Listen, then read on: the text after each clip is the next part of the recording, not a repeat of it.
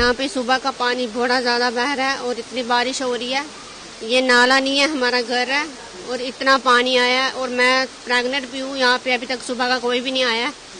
तो प्लीज़ हम आपसे गुजारिश करते हैं कि यहाँ पे कोई आए, देखे और हमारे घर की सिचुएशन जो है, इतना पानी है, सब मतलब बहुत इतनी मुश्किलों का, दिक्कतों का सामना करना पड़ रहा है हमको।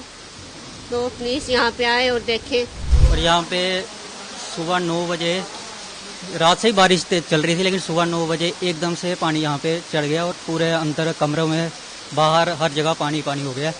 और सामान जो भीगने वाला थोड़ा थोड़ा हमने तो उठा लिया, लेकिन बहुत सारा ऐसे भीग भी चुका है।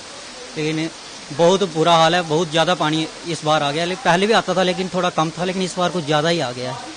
ये तो शुक्र मनाओ थोड़ा दिन को आ गया, अगर रात को आता तो बच्चे बाहर कोई आया गया कुछ भी तो बह भी सकते थे, इस पानी में इतना वो है। लेकिन थोड़ा दिन में, लेकिन बहुत ज़्यादा पानी है इस बार। नहीं, अभी तक कोई नहीं आया हुआ। खाना था, सुबह 9 बजे ही पानी आ गया था।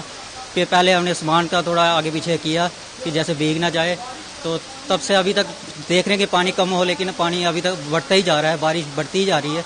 अभी आगे पता नहीं कितना और आएगा।